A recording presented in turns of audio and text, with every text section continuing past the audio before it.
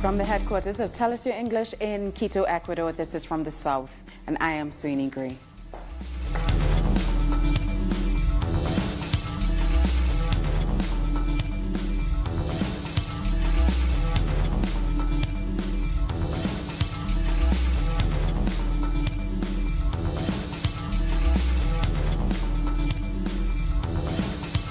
We start in Venezuela, where President Nicolas Maduro has launched the Petro, the cryptocurrency aimed at countering sanctions and bringing economic stability to the country. Maduro previously announced that the value of 100 million tokens would amount to $6 billion. Early on Tuesday, Venezuela's Vice President Tarek El-Assimi announced the start of the digital currency pre-sale process with 82 million units available. The Petro will be backed by the country's oil resources. The Venezuelan Petro is ready. Tomorrow it will be a very busy day since the Petro was born on February 20. We will be working on forming strategic alliances. The biggest companies and blockchains in the world are with Venezuela. We are going to sign agreements. Today, the pre-sale of the Venezuelan Petro officially begins. The country is now at the forefront. We congratulate our people on this historic day. We are the first nation that launches its cryptocurrency, backed by its natural resources. Our correspondent in Caracas, Freddie Gillingham, found out a bit more about why this bold new move is so important. The University of Medical Science in Caracas hosted a very special briefing for its young practitioners. The launching of Venezuela's commodity-backed cryptocurrency is only hours away from launching. And these students are getting a last-minute lesson on how it works and why it will be of particular importance to them. The Petro seeks to open new doors in economic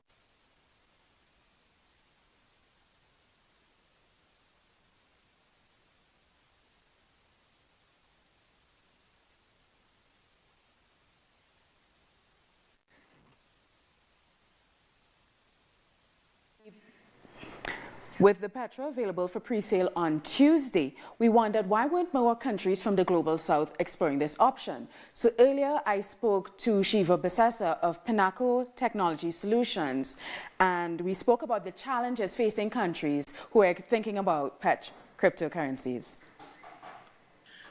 So there are definite opportunities, but there are definite risks as well.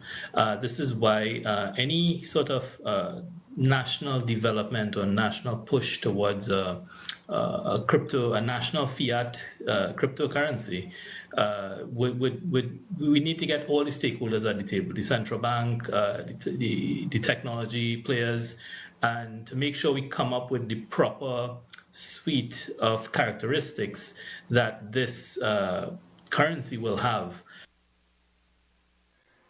The president of Venezuela's National Electoral Council, Tibisay Lucena, has said that the CNE is committed to ensuring compliance with the 6 points of the Santo Domingo Agreement. These are included in the official electoral timetable as guarantees in the presidential election. She also said that the CNE has standardized a set of audits which will include observers from different political organizations to guarantee transparent results. It is important to highlight that of the 11 points related to the presidential election, 6 are directly related to the National Electoral Council.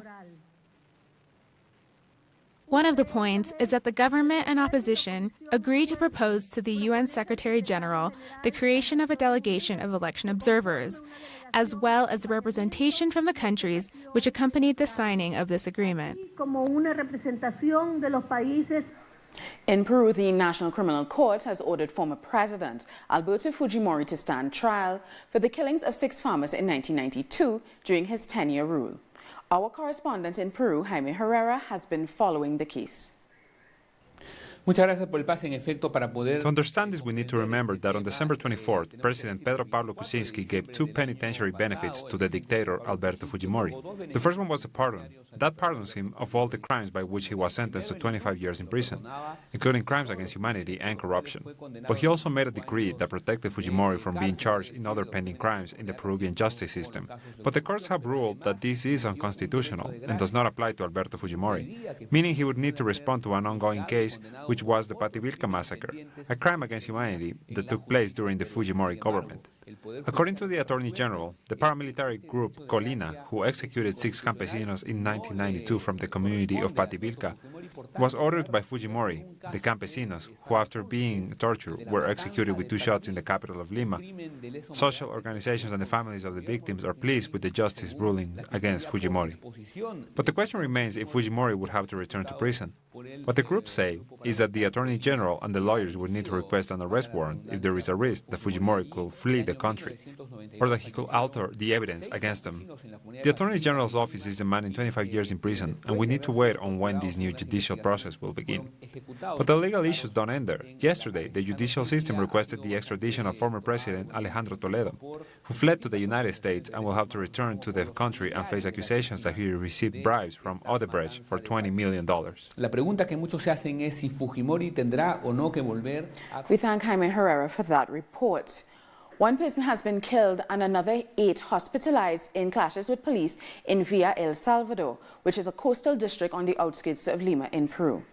21-year-old Juan Cumpa Atarama died in hospital from his injuries. Dozens of police officers used tear gas to disperse the crowds and shielded themselves from rocks. The groups are accused of squatting in the area, but they claim that the land had been untouched for 12 years and was full of rubbish. We have no weapons, we have nothing. We are armed with stones and sticks, nothing more. What have the police done? The police have come to kill us. The Brazilian government has suspended the debate on its controversial pension reform. The reform proposal, which looked to raise the retirement age, had sparked protests across Brazil's 26 state capitals, including the Federal District of Brasilia. Another issue Brazilians are upset about is the use of military action in the city of Rio de Janeiro, as the government tries to clamp down on organized crime.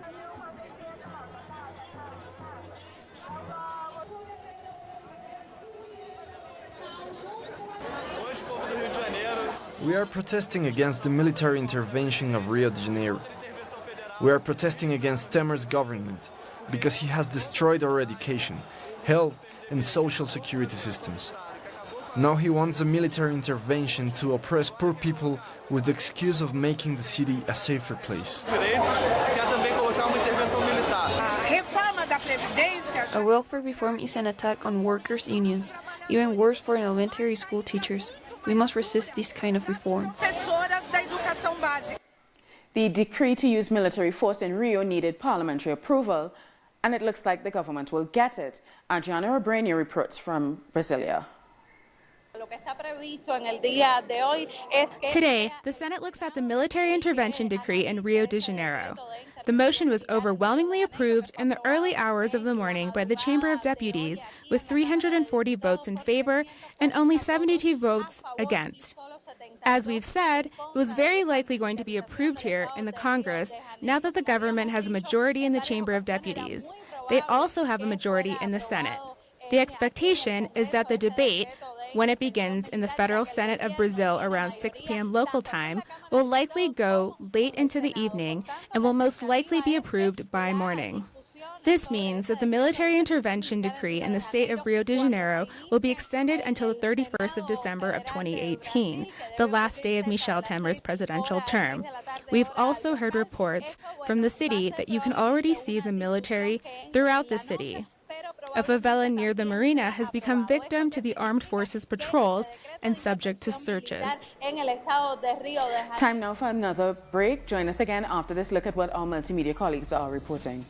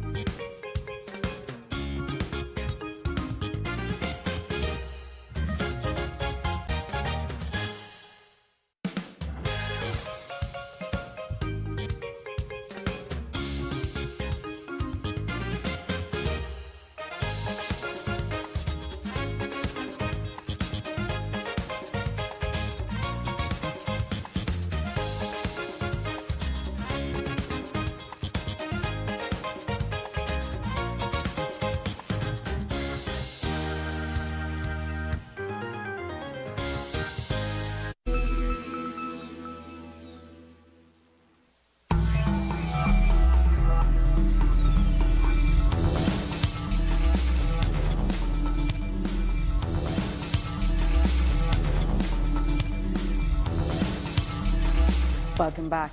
In Bolivia, demonstrators are on the streets protesting both for and against the potential re-election of President Evo Morales. Our correspondent in La Paz, Freddy Morales, sent this report. The government and the opposition are set to face each other on Wednesday, February 21st. With dueling demonstrations on the second anniversary of the referendum, the opposition won by a small margin, which asked if the constitution could be partially modified. The referendum was backed by social organizations in support of the government, hoping to allow President Evo Morales to run for re-election in 2019. The government claimed that the loss of the referendum was due to a well-orchestrated web of lies that involved the president's private life. 2 years later, the Constitutional Court permitted President Morales to be part of the ballot, an act that has caused the opposition, which now includes commonly progressive sectors, to call for a national strike and the close down of roads. The call also suggests that people occupy streets to close them down. Social organizations in support of the government have also called for demonstrations around the country in support of Morales' candidacy. Both sides have instructed their followers to avoid confrontations. Ecuador's Special Commission, responsible for monitoring the national referendum, has met in the National Assembly. They will have 45 days to send their reports. Members of the different political parties that make up the commission presented their work plan for the upcoming session. The president of the commission explained how it would work. On the shores of San Juan, local Afro communities are fighting for their right to live and move around their areas freely without the fear of violence. Our correspondent, Lorena Hoyos, brings us the fourth part of this series made in Choclo, Colombia. Uncertainty remains in San Juan. The lack of food forces the Afro-Indigenous community to overcome fear. Its inhabitants don't dare to go to the Copamo River to fish, a place that brings painful memories because not so long ago it was bombarded by military forces. The communities don't forget this, and the tough reality is that they also know there's no other option to survive. That is life, and that is all we have. We need fishing to live. We don't have much money, it doesn't come very often over here, so we have to fish for our children. After a long day, the people do catch some fish, and joy returns to their faces. They know they will have lunch for today. While fishing, Efrain tells us that some families eat just once a day. We really suffer here. One is supposed to eat 3 times a day, but poor people here cannot. Some of us make it through the day with just one meal, and they sleep with hunger. The river communities used to fish in the San Juan River, but mining contaminated the river with mercury and the fish vanished. The town had to move to Toro River and use fish over there until just a few days ago when military groups also bombed that area. You never see medical brigades helping the communities for 8 days, 15 days. Only once in a while, the Red Cross comes and shares some pills. But that is rare. Happens once a year. The state only comes here to shoot or throw bombs. So instead of trusting it, we are afraid.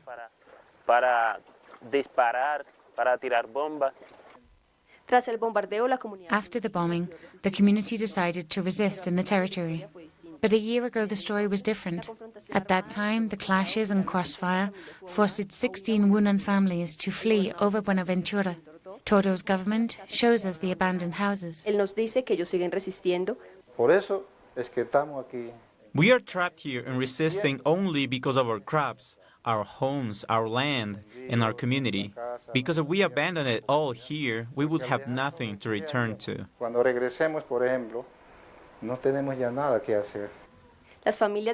Expelled families want to return, but the bombings have raised the level of fear.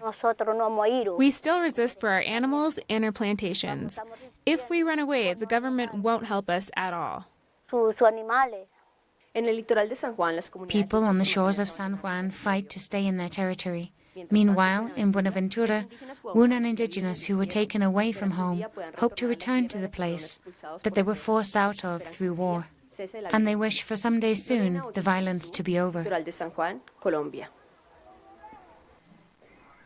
In Bermuda, lawyers are appealing to the Supreme Court against a law prohibiting same-sex marriage. Attorney Mark Pettingill presented the appeal in the name of a Bermudan citizen who plans to get married in the future. On February 7th, the governor of Bermuda, John Rankin, signed a bill that reverses the legalization of same-sex marriage, in spite of a verdict issued last year by the Supreme Court approving it. The Organization of American States has been discussing who will be its new anti-corruption leader in Honduras. The group was formed to foster cooperation among independent states in the Western Hemisphere.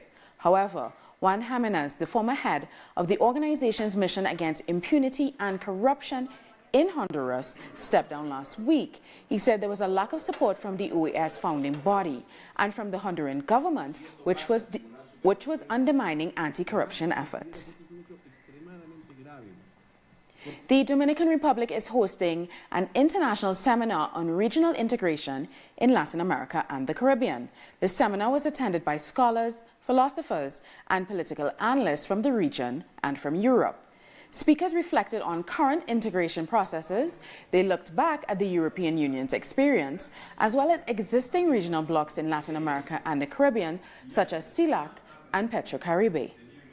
In this seminary, we were discussing improving unity and integration between the people and nations of Latin America and the Caribbean is a legacy of Chavez. Thanks to his work, which effectively helped create ALBA, Telesur, UNASUR, Banco del Sur, and all of the other work that came from his experience, from his struggle, that were born from his ideas, in which we now have the responsibility of developing more concretely. Grenadians would be heading to the polls on March 13th. Prime Minister Keith Mitchell is hoping to once again win the mandate of the people. Earlier, journalist Kern Mason spoke to us from St. George's, Grenada, about what the people are saying about his chances. Well, the communities, they are very split. Some, they are very adamant that their party, which is the NMP, will be successful in the elections. Others believe that, based on the work that the NMP has been doing, that they should not be elected for another term in office. So one will have to wait and see come March 13th who would be successful in the elections. And in Antigua, the government is increasing efforts to improve healthcare by providing polyclinics in areas currently without hospital facilities. Health Minister Malwin Joseph said there are plans to build more polyclinics at a later date. The facilities will be funded by grants from the People's Republic of China. Strategically locating polyclinics in areas where there's a long distance from the communities into St. John's to go to the Mount St. John Hospital. So, people from Freetown, people from Newfield, people from Pierce Village and so on, if the illness can be managed at the polyclinic, then there will be no need to go to Mount St. John. So the polyclinics will be an upgrade of the community clinics. We'll take another short break. Join us again after this look at what our multimedia colleagues are reporting.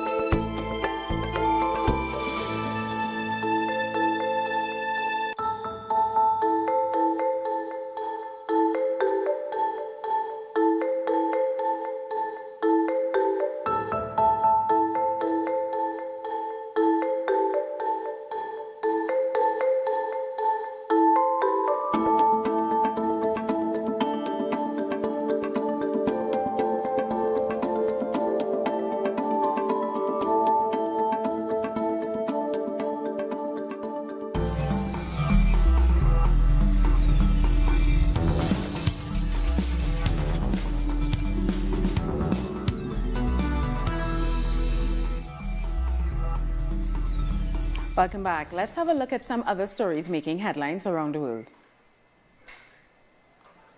Palestinian leader Mahmoud Abbas has urged world powers at the UN Security Council to stand up to the US decision to recognize Jerusalem as Israel's capital, also to establish a revamped peace process. Abbas called for a new collective approach to the Israeli-Palestinian conflict. We call for the convening of an international peace conference by mid-2018, based on international law and the relevant UN resolutions with broad international participation, and including the two concerned parties and the regional and international stakeholders.